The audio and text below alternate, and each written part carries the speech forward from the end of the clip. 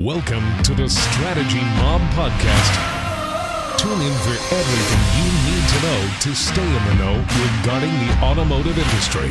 Here's your host, Jason Harris. Hey, what's going on, Podcast Nation? It is Jason Harris here, and thank you for joining me on another episode of Strategy Mob.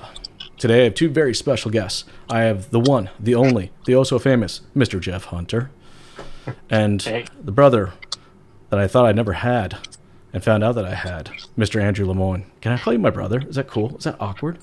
Is that weird? We're past that. Of course, brother. I just feel we have kind of similar beards. I mean, I feel like people can get us mixed up.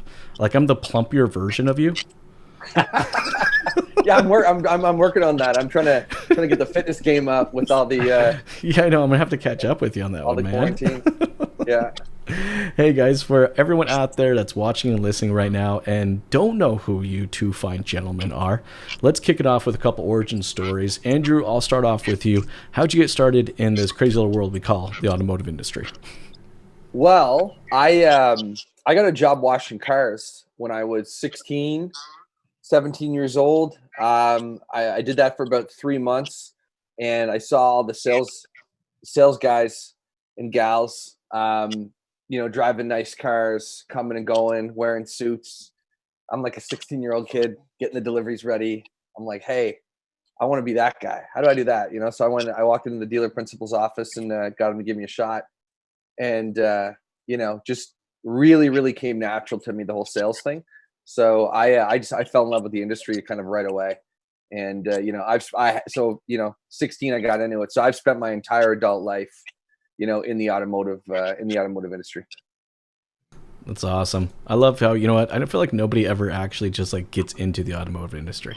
Like everyone kind of like falls into it one way or another. Yeah. It's like, you started washing cars and go, oh, that looks good. I'll go do that.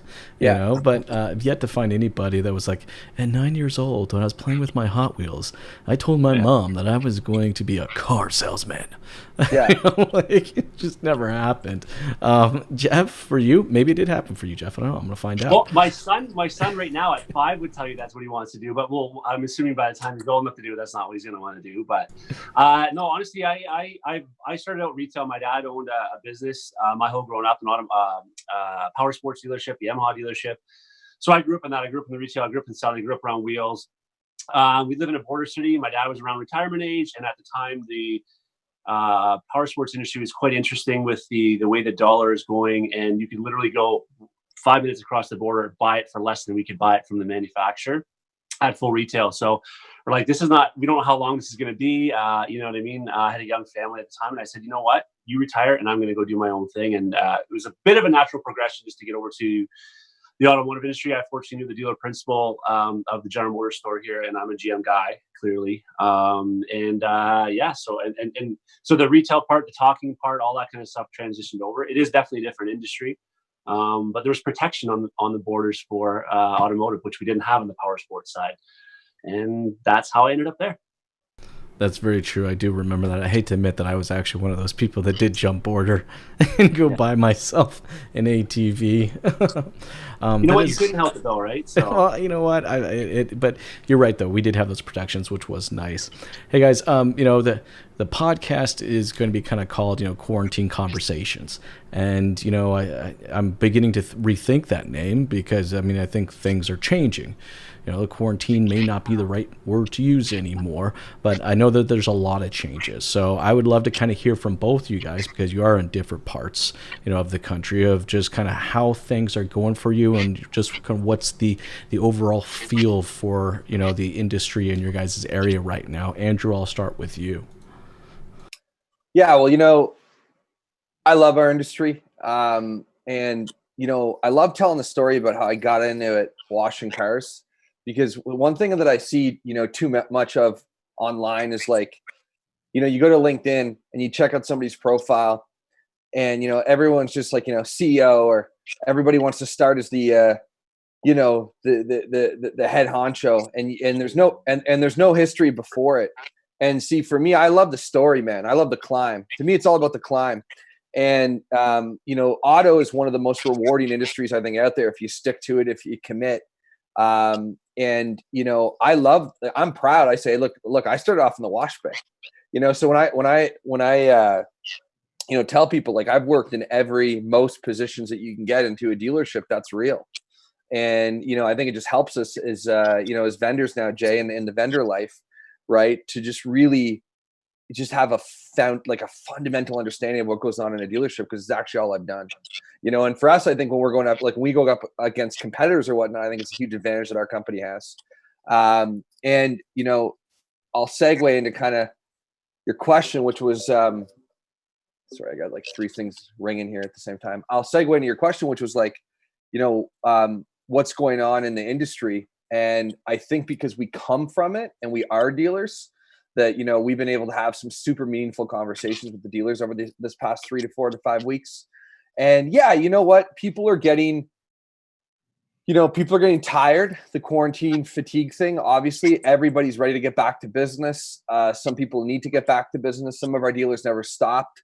Others shut down completely. It was a huge wake-up call. It was a huge wake-up call for the industry. It was a huge wake-up call for dealers. And there's a lot of good that's actually coming from this, is what I think a lot of people are starting to see.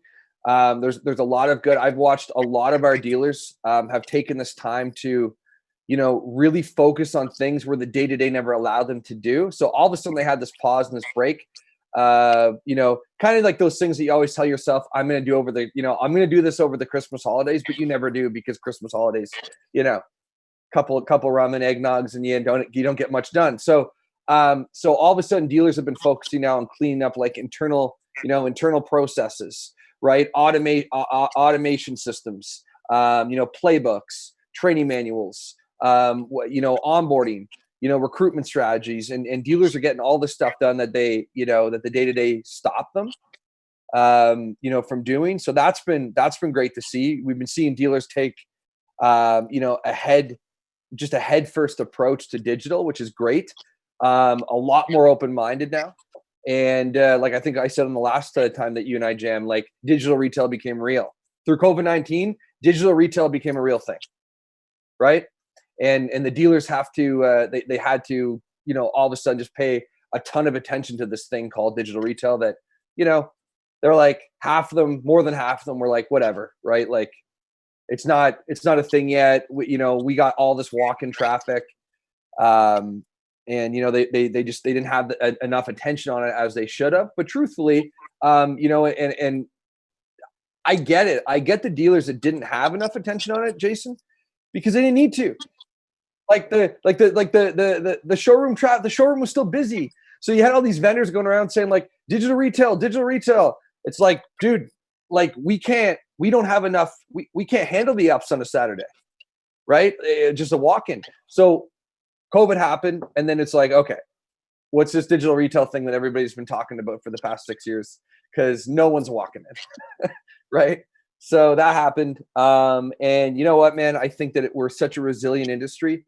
I've seen so many dealers just adapt, quick. I've seen dealers adapt. I don't think the amount of dealers that I originally thought that were going to go out of business are going to, because I've seen so many of the dealers just adapt and, and just heads down and just change and evolve, over a day, over a week, over a month. So it's been great.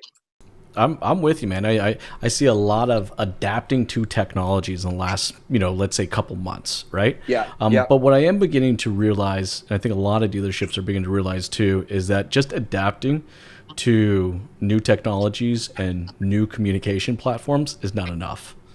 Like, I mean, I'm glad that, your dealership now has a Zoom account. Like, that's great. I'm glad that, you have some type of, let's say functional build and price, or kind of assisting someone in the buying part of their cycle, that they can do online before they come to the dealership. That's awesome, right? But I think the dealerships that are staying proactive are realizing the tech is not enough, and that they're going to have to process their way to profitability. And I'm beginning to see that's what most of the conversations are shifting to now. It's like, okay, cool. Hey, we were shut down for a couple months, or we were only doing by appointments, and we bought the tech that we needed so that we could support those initiatives. But now what, you know? And I think that's the direction that we're going to head. And we're going to talk a little bit more about that today. But Jeff, I'd love to hear kind of, you know, how are things for you guys up where you are? Dealerships open? Are they closed? Are they by appointment? You know, what's kind of the overall situation where you are right now? Well, you know what? It's a lot of confusion. Honestly, that's what a lot of it was initially because, man, things are so fluid and changing with the wind. And I would come in and I would do a video on our process, and literally 6 days later, 5 days later, we're doing something completely different. We're not necessarily prepared for. So a lot of it's been flying by the seat of your pants. Like, you know, it's what are we doing next week? Where are we going to be? What's happening? You know, we went from literally having 1 week we weren't able to do test drives. To next week, you're allowed to do them by appointment. To the next week, we're being open full board. Like literally that happened from week to week to week. And so, you know, and I you know, I kind of find it interesting. And I agree with Andrew about, you know, the adaptation I'm seeing from dealerships, which has actually been very surprising to me as well, because we're known to be such a slow moving industry for a lot of the things we do, I think, right? We've not, like, what I've seen in my infancy in my small time in the industry is that we're slow to change because we don't, like you said, we don't have to. We're already busy doing this. We don't have to do that, right? And obviously been preaching this for a couple of years, with the big point on the social media aspect. But the digital stuff is definitely we've definitely increased in our dealership. What's interesting where we are, we're in a small market. We're in Sault Ste. Marie, so we're still a bit old school. And what I find up here is that we're doing the digital, but we're not doing digital from point of, you know, inquiry to delivery at the home. It's really been more just to help us streamline the process, to create a little less interaction within the dealership. But I find that we're still getting people that want to come test drive and have their pickup at the dealership. So again, that could be attributed to a number of things. It could be just for where I am. It could be we haven't had a lot of cases here. You know, thank God. Let's keep it that way. But so I think it's all over the place. I don't really know how else to explain it other than that. And like I said, as of last week, now we're open full bore. Who knows what's going to happen, you know, a week from now when you see like what's going on in Toronto, for an example, with what they call the COVIDiots, right? So as long as we can keep doing the social distance, then hopefully we can keep the ball rolling. We'll see. Yeah, I saw that article posted in the Toronto Star. I was just like, oh my God, this is crazy. I don't know. Did you see it, Andrew? Jeff was talking about all the people that decided to just kind of get out of their house, and was it like 1,000 of them showed up at a park together? Like, what the hell are these people thinking? But though, Jeff, I think what you're saying is that, you know, it's leading towards the process. And look, as an industry, you know, we're pretty damn good about creating processes. We are not good about being flexible in our process. That, I think, is kind of being the fundamental thing. So, you know, that's actually kind of a good segue into my next question for you guys. We're talking a little bit about customer confidence in our process, in us. You know, I see a lot of people out there talking about that, like, how do we build customer confidence? How do we rebuild customer confidence? How do we rebuild customer confidence? Which I think is great to talk about. And it's cool to see those articles on LinkedIn and people having those conversations. But the conversation I don't see a whole lot about right now is like, how do I keep my company's confidence? Like, how do I keep my employees' confidence? Well, it's funny, you really know what, Jason, the culture. You know what you did is you just answered the question. Okay, how do you keep consumer confidence? By being confident, right? By having a confident staff and a confident team. When people like, you know, consumer confidence is at an all-time low. Okay, so now more than ever, when the consumers interact right now with the dealerships, they need to be speaking to people that speak with certainty and that are super confident about their dealership's ability to serve you, right? Through getting you a great deal on your new purchase, through getting you a great deal on the trade, through, you know, safely delivering you the vehicle and servicing you after. People don't want to hear ums and ahs and uhs and I'm not sure and I'll have to check. And you know, it's like, you sound as uncertain as I am, and I'm scared. I'm fucking scared, man. I don't know if I'm allowed to swear in this. Of course you can. It's an automotive podcast. Yeah. You know, people are, you know, they won't leave their house. I see people. I don't get this one. I don't get the thing when you're by yourself in the car and you got your mask on. Like, I see people driving. It's the weirdest thing in the world. Come on, guys. It's the weirdest thing in the world. Guys, you're alone. Guys, got the windows up. He's got the full mask on in his car. I'm going, this is nuts. Like, it's the fear, you know, it's like people are so scared. So you need to exert confidence to the shoppers and to the consumers. Like you have to, right? So you're leading into the answer, and you do that from having a confident team. And how do you have a confident team? Is you keep the culture alive. And in fact, I'll tell you guys, this has enhanced our culture through COVID-19. And it's been because it has for some. Like Andrew, I think I'm talking about for yourself. Yeah, because you're going to see true leaders actually rise right now. And Andrew, I would definitely put you into that category if you keep your team incredibly well motivated. So that's why I'm going to try to pull out of you is like, how do you do that, man? I know a lot of people out there watching and listening, they don't know how to do that. Yeah, Jason, and it's not just about motivation. Like I've started to tell people over the past couple of years, like if you need motivation, just go to YouTube. It's there for free, right? Like just type in, motivation 2020, you're going to find it. You don't have to pay for it. You don't have to sign up for courses to get motivation. You don't have to, you don't have to pay anything. Just go to YouTube and you can motivate yourself. You can motivate your team. It's so much more than just motivation. It's actually communication. That's the key. But see where people are falling apart is like companies, leaders and managers they're not effectively communicating with the team daily, daily, at least weekly. I'm going to say daily, multiple times a day. You're not keeping the team, you're not getting the team involved. So where I see that our culture has increased because it's been an adjustment. Like we're a tech company, but we were also all about that office culture, right? So that office vibe was huge for us. And it sucked, man. When we lost the office like 2 months ago now, 2.5 months ago. I mean, I say we lost the office. They're still paying for the damn office, unfortunately, but it's just locked. It's locked up the street and we can't go to it.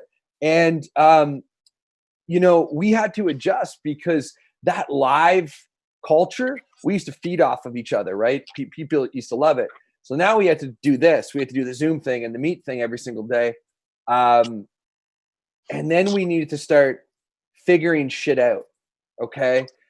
And what I find is you start doing that more as a team. And I found that we've started to include people in the meetings that in the office, maybe they wouldn't have been in the room, like maybe we wouldn't have included them, but like we've included them now. And like, I found that I'm actually getting to know, on a personal level, so much of our team even more through all this, because I think we've all had to let our guards down a bit. And, I had to humble myself as the CEO. I had to flex some humility because there was a lot of things through this where they were looking to me for the answers and I didn't have them. I didn't know. I'm like, I don't know, guys. I don't know what's going to happen. We're in this together. And I gave a speech on, being in the same boat about a month and a half ago. I told the team like we're in a boat right now and the boat's taking on water. And I said that, you could jump ship and go find another boat, right? I can't jump ship. So I'm on this boat, I'm going to see it through. I'm going to see the course. I can't jump ship. But I said, you guys can jump ship right now. Now, I think all boats are taking on water, right? But, you could do two things is you could just sit back and do nothing, or you could grab a bucket and you could help. Guys, we had half the team go on CERB for a bit, and we just brought everybody back last week. Okay. But we had half the team on CERB and dude, they didn't stop working. And to me, like that was such a just a statement to our culture and our belief and our buy-in from the team that like, when you got people laid off, they do not have to be working. They do not have to be answering me in Slack or completing their tasks in Jira, but they are. And I'm like, so it was great. It was really, really great to see. But I think we really communicated, guys, right? And this is why, like, I've been telling dealerships, like, get Slack, right? Like you said, get Zoom, and I agree with you, Jason. Like, it's never been, you said the technology alone is not going to fix the problem, and it never has, right? The tech has never been the answer, right? Tech's just a tool, man. Right? The tech is just a cool tool, but it's never been the answer. People and process are always the answers, right? So yeah, it always is. So yeah, so communication now more than ever because people are scared, man. People are scared. Customers are scared. Your staff are scared. and there's so much fear from the media. You know, I'm not going to get into there my really opinion. is, isn't there? I mean, it's a little over the top at this point, right? You Yeah. know, as far as, you know, it's like, I know here in Ontario there's been an increase in cases and stuff like that, but it's like, man, they just, I'll be honest with you guys. I just turned off the TV. Like, honestly, I turned it off about a week ago because it was the same crap over and over and over again. And it was just like finding some way to just dig a little deeper to make people just a little more scared. I was just like, enough of this shit. But hey, Jeff, I mean, Andrew, I'm totally to your point, man. It's about communication. Like, you want to maintain culture, you want to create culture. That all starts with the communication. I mean, Jeff, you're a sales professional. And I really do. I really do consider you to be a very true sales professional. I mean, you are the owner and operator of your own business within somebody else's business. I mean, you know, Jeff, I mean, how do you keep yourself motivated? I mean, how do you keep your customers' confidence up for yourself? I'm curious.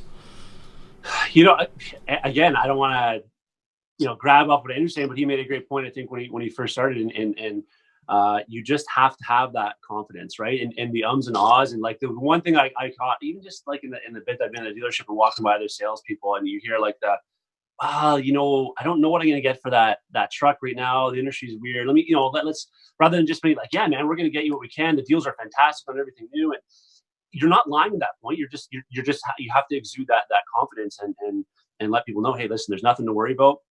Business as usual, although it's not, but, you know, trying to exude that it is business as usual as much as possible.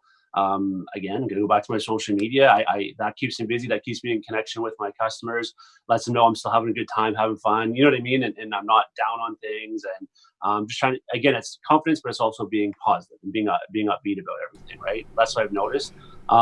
As far as the dealership as a whole and dealerships, what I think we're just talking kind of momentarily at the start before we started this. And you're mentioning about a sales manager not being at a particular dealer, like at a dealership, right? And I think that's a massive mistake, because right now, more than any time, we need that to start from the leadership. Yeah, okay, I motivate myself, but there is a lot of salespeople that don't do that, right? And we need it coming from a place of leadership, a manager who can speak to all that, and give the confidence, and here's what we're going to do, and here's the plan, and then you're, you know, hopefully as a proper leader, those people are going to follow that as well, right? The people who may not do it on their own.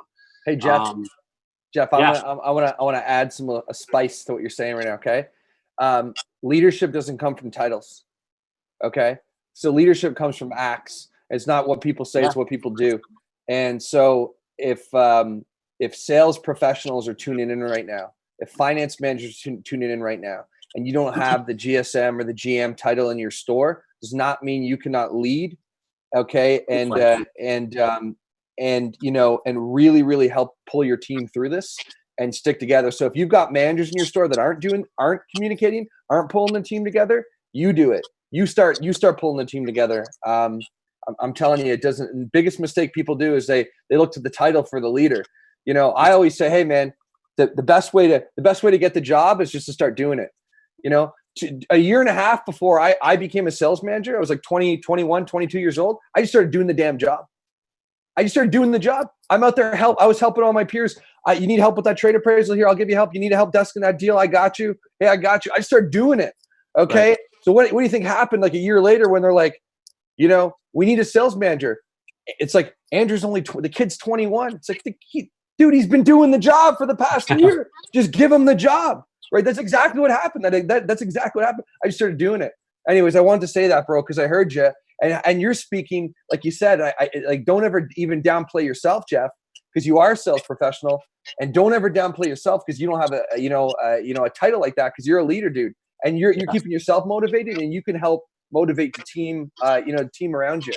Your managers might need some motivation. For sure. And it's not even just the motivation, it's just a sense of direction right now as well. Because again, like I said on the answer to the last question, is literally things are changing so often. We don't even know what we're supposed to be doing or not supposed to be doing, or what we're allowed to be, you know what I mean? So it's good to have that sense of direction. And like you say, whether it comes from a salesman who's just speaking up, who wants to get this stuff going, or if it's a manager. So no, it's a great point. That's actually a great point. Thank you for sharing that. Well, I mean, look, this is the time that we're going to see the cream rise to the top, right?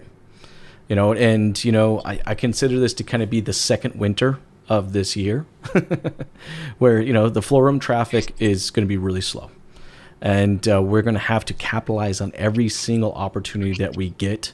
You know, I don't think any dealership out there can afford to look at any opportunity for a conversation and actually give it a score as far as how much time and effort they actually want to put into it. Like, I just don't think you can do that. I mean, you know, internet leads are not being treated like third-class citizens like they used to be. You know, people are really taking note and taking every opportunity. I mean, we got to squeeze the juice out of this as much as humanly possible, because, you know what, guys, I'm not 100% sure what will happen if we hit a second wave, you know? Like, I mean, we haven't even felt the economics of this yet. We're still dealing with the social elements of COVID-19. We haven't even felt the economics of it yet.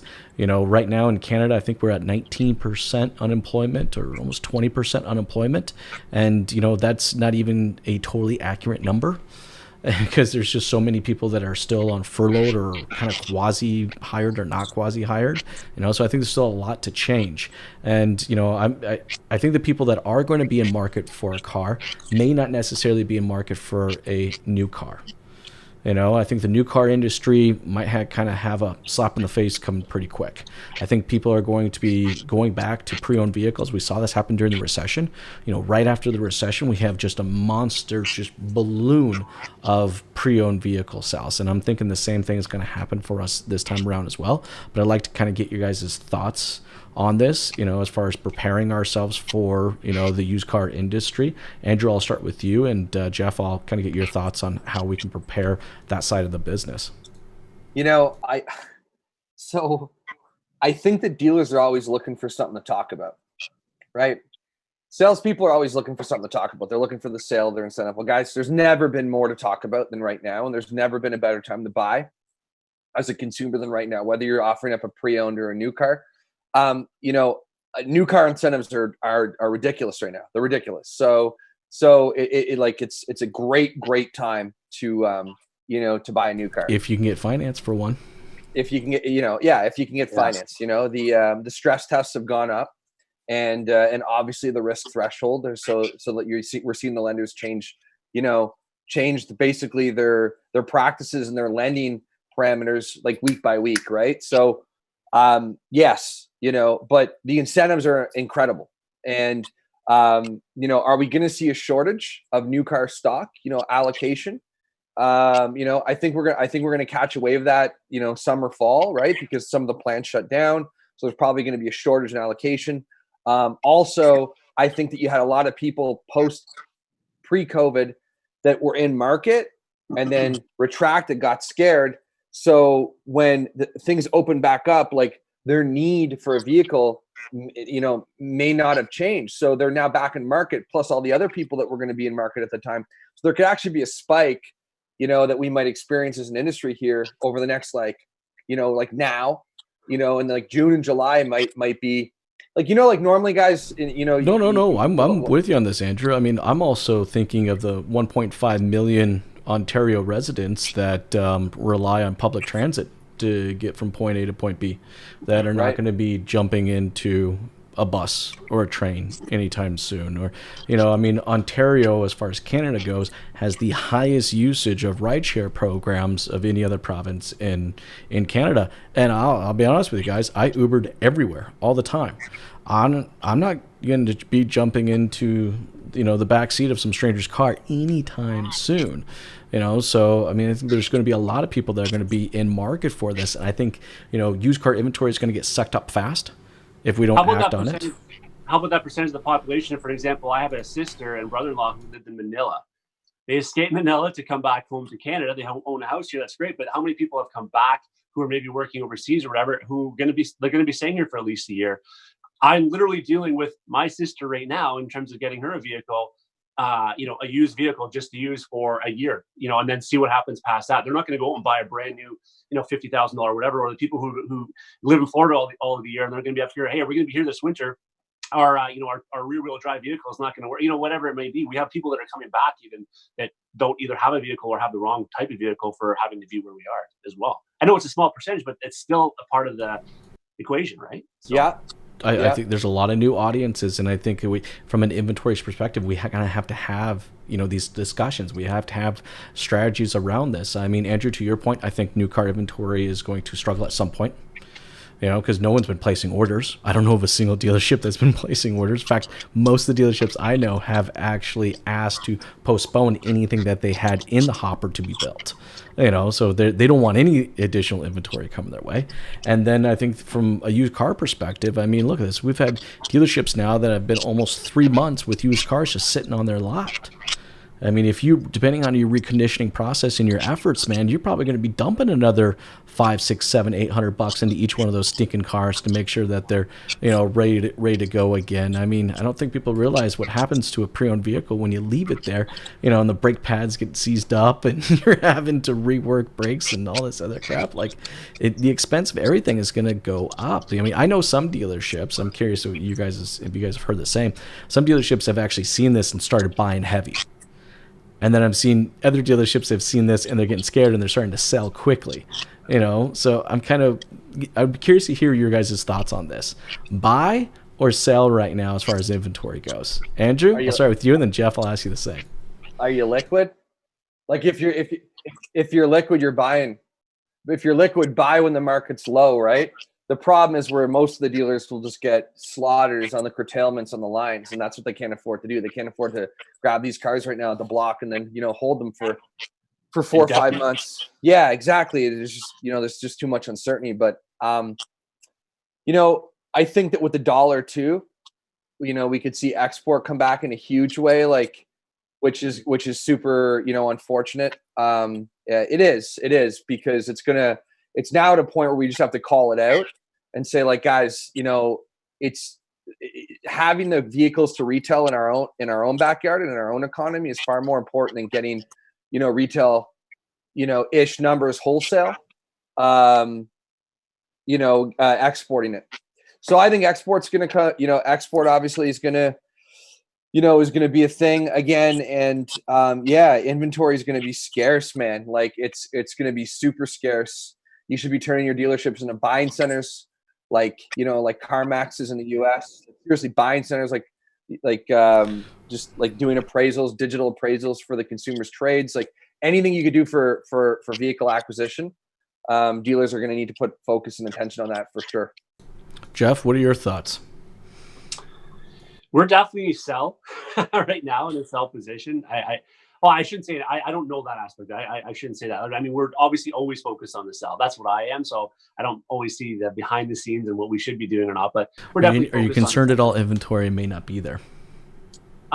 New wise right now, no, but that could literally change overnight because again, we have this lull where we haven't been getting the orders, the inventory. So yeah, we'll sell through what we've got now, but to get the manufacturers to catch up, right? Especially to us in truck country, like. One night we can have 100 trucks there. The next there's like 30, right? So it can literally change that fast on the right promotion. Obviously, there's good promotions going on right now, but it can literally change that quickly. So it's nerve wracking, but it's so uncertain. And I know the funny part is we have been focusing more on our used side. Sometimes I think that's like the redheaded stepchild that the used department, and a lot of my focus actually being back has been all on getting all of our used stuff up, getting videos on it, getting pictures of them all taken, and just really focusing on our used inventory online because again, we are getting more interest in it.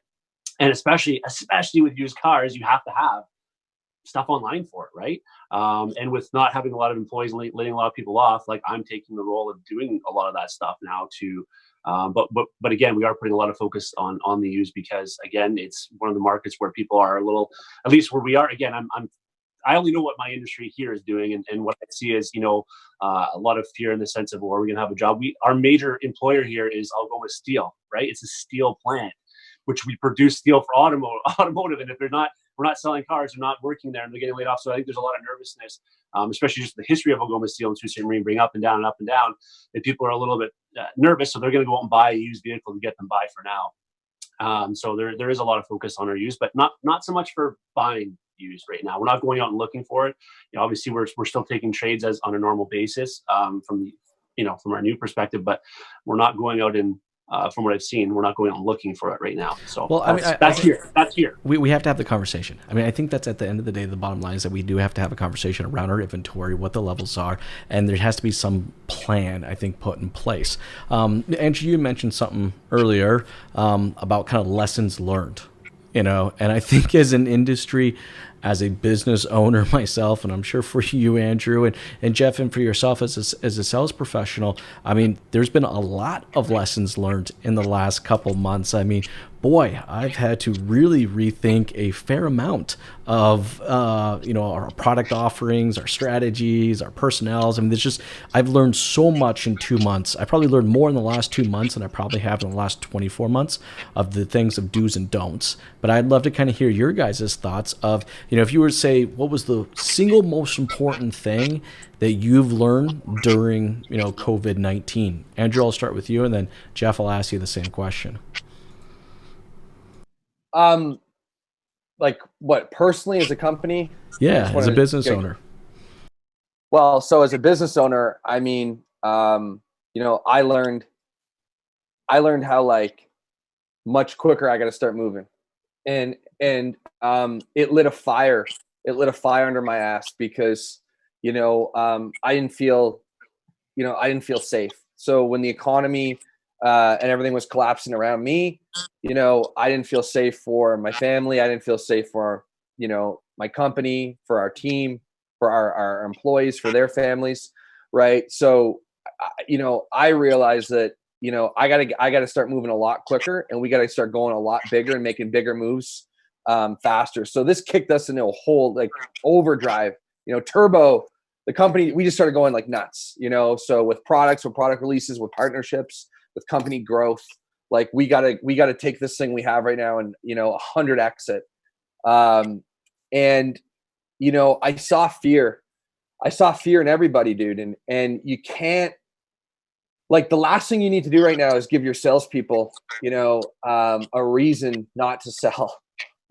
So you got to give people a reason to sell. You got to give people a reason to get up, right? To make that call right now. People need a reason and a purpose, and that's what you need to be doing is giving that. And, you guys were just touching on something, and it just like, a thought came to my head. Like, the number one thing that everybody wants to feel besides happy is safe, is safe. And, Jeff, you touched on something that might be kind of a smaller percentage, which is like all the snowbirds coming back now that might need cars. But you also touched on something that's massive, actually. And that was the population that was, like you said, Jay, was doing ride sharing and Ubering, right? And like that, and public transit, relying on public transit, which doesn't feel safe right now. And there's a safety factor of owning your own vehicle. There is. It's your own thing. It's your own domain. It's your own personal space. I don't have to sit beside, somebody on a bus, and if they cough, I'm freaking out, thinking I've got the corona. I'm done. I'm finished. So there's a whole, I think there's a whole market about to emerge that also wasn't going to be in market for a vehicle, that now they're like, you know what? I'm not getting back on public transit. I'm not getting back on. Like, if they're in any sort of financial position to do that, I think we're going to see a lot of people come into the market. And as an industry, we need to be ready to serve them, and help them out. So, and I think it's just going to add to sales. So I really think as an industry, we can have a great summer. I really do. I think sales over the next 30 days could just start to skyrocket. I really believe that. I'm not saying that from a place just to motivate people that are down. I think that there's like a massive opportunity here to have some of the biggest months you've ever had. As a store and as an individual, like as an individual salesperson, I think you could do I think you could have your biggest month. Like in Canada, we usually experience July as like cottage season. Right. So like we get the spike in spring, and then like June, July, your Canada Day long weekend, right? Sales kind of do this. Like, they're not terrible. It's not like January, February, but they peak back down, then fall, they come back up. Well, like, come on, man. The industry's down 75%. How much lower are we going to go? Like, I think we're going to start to see this through through times that, you know, I think July, this could be your biggest July you've ever had, is what I'm saying. I mean that. Well, and to that point, you know, we have to be prepared to pivot, right? Like Right. I feel like we kind of get stuck into a rhythm, and you know, I think if there's any lesson, you know, one of the biggest lessons I've learned, you know, from COVID-19 is that I have to structure a business and processes that are able to pivot as quickly as the world changes around it, and the world is changing fast. You know, Jeff, you said it. 1 week to the next is sometimes the day to day, and it's just like, how do I build a business that's going to pivot? How do I build processes that are going to pivot? But Jeff, I'm actually curious from you. You know, what has been, you know, the singular most important lesson you've learned so far through COVID-19? It's gonna sound silly, but compassion, man. Like I think what I like to consider myself a pretty compassionate person, but I think that a lot of times I'm so focused on the next sale, I'm moving and moving and moving, that I'm not focused on listening as much. And I think that's one thing that we're, as an industry, are having to do more, listen to everybody's stories, individual, you know, what's going on right now, and being compassionate for them and not trying to force things, you know, down their throat. I think we see that the most surprising thing of all this has been the manufacturers and their advertising when all this first came out. Remember, I think you and I and Tyler were talking Champagne before about, like, listen, it's almost like they had a go bag ready, you know, with all this advertising, this compassionate advertising. And, you know, I think that people are going to remember how we handle this right now, how we as salespeople, how we as a dealership, how we as a manufacturer handling this. Obviously, it's a fine line to walk. You have to be advertising to a certain extent. You got to let people know what's going on. But you also have to be compassionate to know that, like, man, you can't be too forceful with some of this. And again, this is my own personal opinion, but you can't be so forceful, because I've seen it. It pushes people away more than it helps them. And when they're ready to buy, they're going to remember how people were handling this, you know? So again, I think the biggest thing for me, again, I think I was a compassionate person. I am a compassionate person, but I think I've learned to listen more and focus more on what the customer need is, which again, I thought I did, but I don't think I was focusing on it as much as I have since all of this has kind of gone down. So that's probably what I've learned. Oh, that's a great lesson. I think there's a fair amount of businesses that have learned the same. And if they haven't, that's actually kind of a shame, because it's a great opportunity to learn the importance of that and how that actually does benefit the bottom line. A lot of people say it doesn't.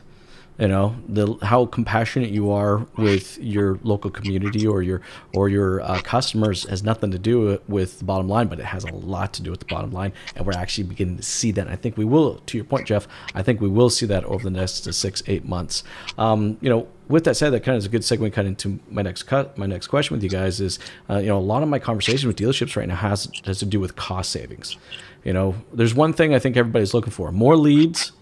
And how can I save more money? It seems to be if I ask everybody, I'm like, what do you need right now? Here are the two things I need. I need to save money, and I need more leads. So let's talk a little bit more about the save money side, because, you know, I mean, I think both Andrew and Jeff, you guys both have kind of ideas of how a dealership, you know, can be saving money right now. You know, Andrew, I'll start off with you, and then Jeff, I'll ask you the same question. Well, if you're a Canadian dealer and you need more leads, give me a call. You know, we can help you with that. If you're looking to save money, look, I think that a lot of dealers did a vendor audit through this for sure, because you had to really get down to the bare minimum. Like, what do we just need? What's the bare minimum we need? And I think that a lot of dealers trimmed a lot of fat. They probably realized that there was a lot of capital going out, a lot of subscriptions being paid that really wasn't doing much for the store. And you cut them out. So I think there's been a lot of like in-house cleanup that's happened through this. You know, I think that honestly, for those stores out there that are running lean, so I'll tell you what I've been hearing, and part of me struggles to say this because it means that people are losing jobs and not going to come back.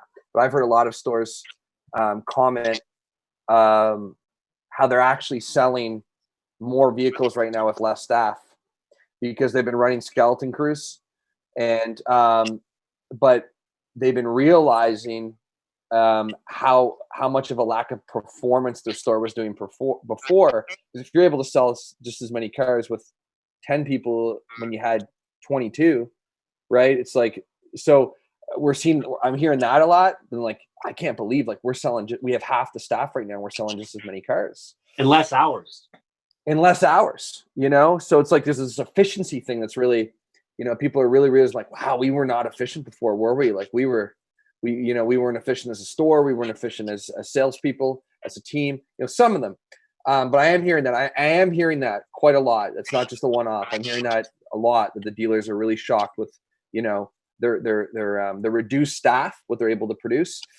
But I don't want to say I don't want to sit here and say, like, how do you save money? You let people go. That's not what I'm saying at all.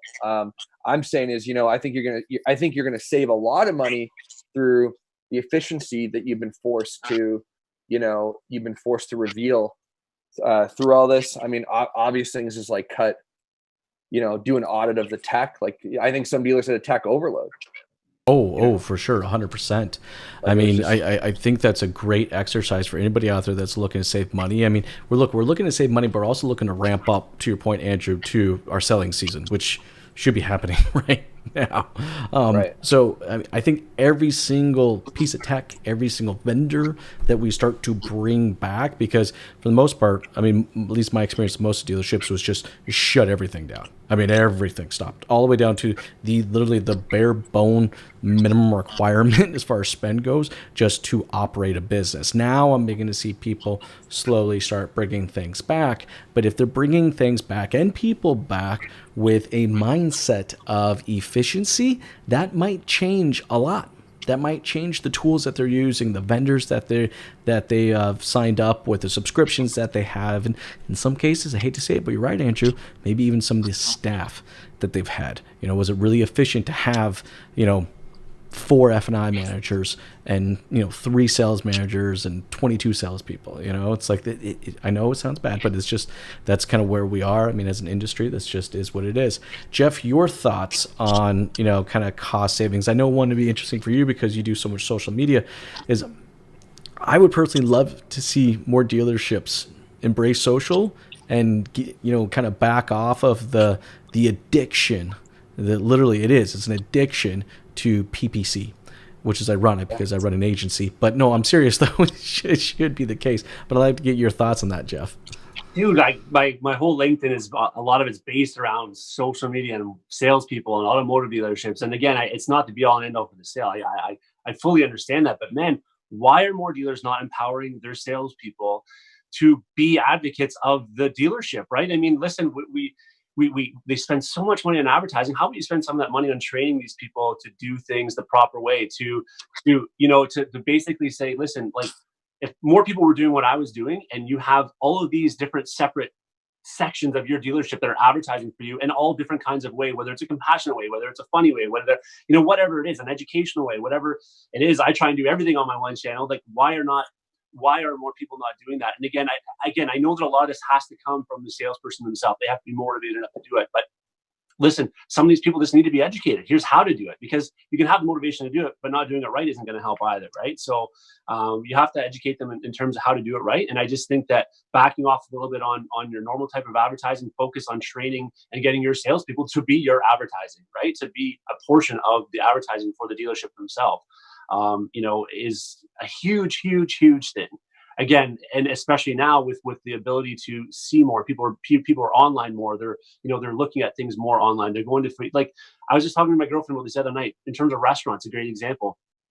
Man, I don't ever go to a restaurant's website anymore to find out if they're open and what their hours are. I go to their Facebook page to find out what's going on, what their specials are, because it's being updated so much more quickly. Why are we not focusing more on our social media? Obviously, yes, our main thing is our website and stuff like that. But again, focus on training your employees to know how to do the social, so that they're getting in front of more people's faces who are on their computers right now anyway.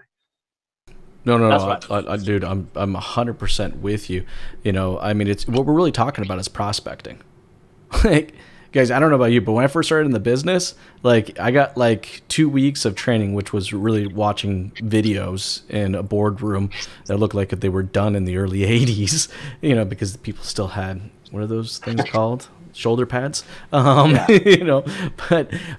then when I hit the floor, it was like, here's a phone book, and here's a Rolodex from some other sales guy that's no longer here. And I had a prospect. Like, I legitimately had to prospect. And I hate to say that, but as an industry, I kind of feel like the art of prospecting has kind of disappeared. It's something that has to come back, and it will dramatically change, our industry if we really start focusing on that again. And to your point, Jeff, it all comes down to training. We just don't train on that anymore. Yeah. Like we train. I mean, Andrew, you train your team a lot on prospecting. Well, it's funny. I'm tagging an article right now. If you go to my LinkedIn, I'm going to my article. I'm going to tag you in an article I wrote. And when did I write this? I wrote this damn article. How do you get to articles now? I gotta show you this because it's just so funny. They keep changing the UI up. Well, I know they do. They keep changing the UI. I will let you continue to find that. Yeah. But guys, I know it's getting towards the tail end of our time. So, but before we go, I get to ask you guys one last question, and is my favorite question to ask you guys. And I'm always kind of curious to hear everyone's response because things are changing so quick. So, Jeff, I'm actually going to start with you first on this. I'm very much so curious. What is pissing Jeff Hunter off? It's the assumption that everything is totally normal. Like, you know what I mean? We have to do things differently. Things are different. We have to do things differently, at least for the time being, right? And I go back to that article, and again, it's not really automotive industry related, but it is, because if we aren't all being responsible right now to do what we're supposed to do, we're going to be back in this, hole again. And, it's just going to further delay everything, not just the automotive industry, but everything, right? So that's what's pissing me off right now, is just let's focus on being responsible human beings right now. From a business perspective, from a morality perspective, from everything, but absolutely, especially just with what the heck is going on right now. I'm with you on that, Jeff. I totally agree with you. All right, Mr. Andrew Lemoine. I know you're generally a pretty angry person, right? So what's pissing Andrew off? I don't want to get into it so much, man, because I don't want to it's almost like the COVID. Your opinion on the COVID thing is almost like religion and politics. Like, don't talk about it. Here's what I'm going to say is that I'm going to say that over the past 9 weeks, my opinion on this has really changed. Okay, so 8 weeks ago, I would have given you a very, very different answer. I bought into it at first, and I'm not downplaying it, guys. Okay, but I am looking at the numbers. I am looking at the stats. I am looking at the global, okay, what's going on, and then I'm looking at the impact that's having to the economy. And I'm not downplaying the disease, man. I'm not saying that we should be protecting seniors and that we should be protecting the vulnerable, okay? But I am also looking at what's about to happen if we continue to do this to the economy and to everybody and the well-being of so many people. And it's like you keep hearing this, but it's like the economic destruction is far more devastating than the disease itself. So I'm pissed off at the fear that the media, like the way that I think it's brought out the conspiracy theorist in all of us a little bit, like what's going on, because we've all, like, even those of us that like don't usually buy into that stuff, is like, what's going on here, man? Like, what's really going on behind the scenes? And we're all wondering, right? Like, this is something just don't feel right. Something does not feel right. So I mean, I'm pissed off at the fear. I see so many people scared, and I guess that's what's got me. Just we gotta find a way. So. Here's what I'm going to say. Here's what I'm going to say. What am I pissed off about? Dude, being pissed off is not going to put you in the right mindset, and state that you need to think clearly and focus on, on how to push forward and persevere. So what I'm going to say is, whatever's going on, you got to find a way to push through. Okay. So you got to find a way to push through as a store, as a business, as a professional, and keep selling. You got to keep moving forward through all this. And you know what? You probably got slowed down. And it's okay if you did. What I was saying to people 10 weeks ago is just please, please, please, please don't stop. Don't stop. Don't just stop and go watch Netflix for 2 months. Okay. Even if you got to slow down, just keep pushing forward. And don't buy into the fear. Don't buy. I'm not saying don't respect the disease. I'm not saying that. Okay. I respect your grandmother. I hope you respect mine. I don't want to, so by the way, when I go out, if I'm asked to wear a mask, I'll wear one. Okay. I respect other people's fears. I don't want to, if I wasn't feeling good, I wouldn't go out of the house. Because if I did have something, I wouldn't want to give to somebody that's vulnerable.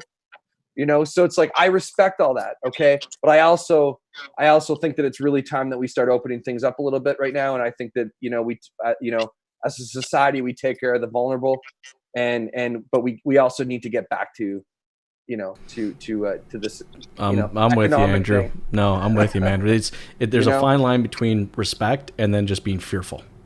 Correct. And I'm with you that I don't believe that our media outlets out there have been leaning more towards the story of respect and leaning more towards the story of fear. And I'm 100% with you. The impact that this is going to have on the economy. I mean, guys, look, we're printing money that doesn't exist. It's just straight up. Let's just call it what it is. We're printing money that it's invisible. It doesn't exist. So what that's going to do to our industry, to our society is look, our country, it's something else. I'm with you on that one for sure. Hey guys, for everybody out there who's watching and listening right now and would love to connect with you too, what is the best way to do so? Jeff, I'll start with you. On Facebook, I'm more local, so it's Jeff Hunter at Pro Chevrolet, and everywhere else General Motors Jeff. So LinkedIn, YouTube, Instagram. I was dabbling a bit in TikTok. We'll see if I get back to that. But everywhere else, General Motors Jeff, you should be able to find me. Awesome. I know I can get Andrew's TikTok handle because that guy's crazy on TikTok. Hey Andrew, what's the best way to connect with you, man? So you guys, LinkedIn, Andrew Lemoine. I'm on all social platforms at I Got Sold. Even the TikTok. My 7-year-old's got me dancing, TikTok in a way. You're pretty talented at it, man. I'm not gonna lie. You got moves. Yeah, I'll try, man. I got 2 girls that are in dance, so they keep me moving.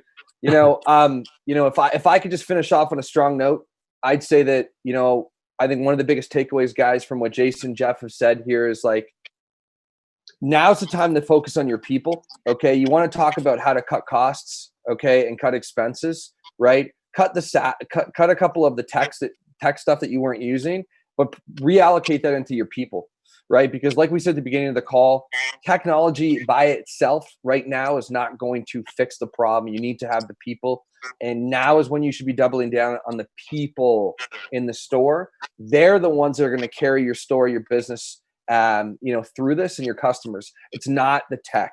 Those are just tools to give your people to help them do their job better. Okay. But you got to really invest in your people. There's been a lack of that in our industry for a while. You got dealers that are paying for 24 subscriptions that they only use 12 of them, but they won't invest any money in the people. $2,000 to send so-and-so away, or to invest in this course for this person, is not worth it. No way. But I'm paying for 10 subscriptions I'm not even using. So just really I'd say put a focus on the people. They're the ones that are going to get you through this. They're the ones that are going to take care of your store, your business, your customers, and take care of the people. They'll take care of the customer. I'm with you, Andrew, on that. I think that's a great note to kind of end our podcast today, is double down on your people. And you'll definitely see the benefit of it. Hey guys, thank you so much for taking the time to jam with me today. You guys have a wonderful day. Thanks for having us. Thanks, guys.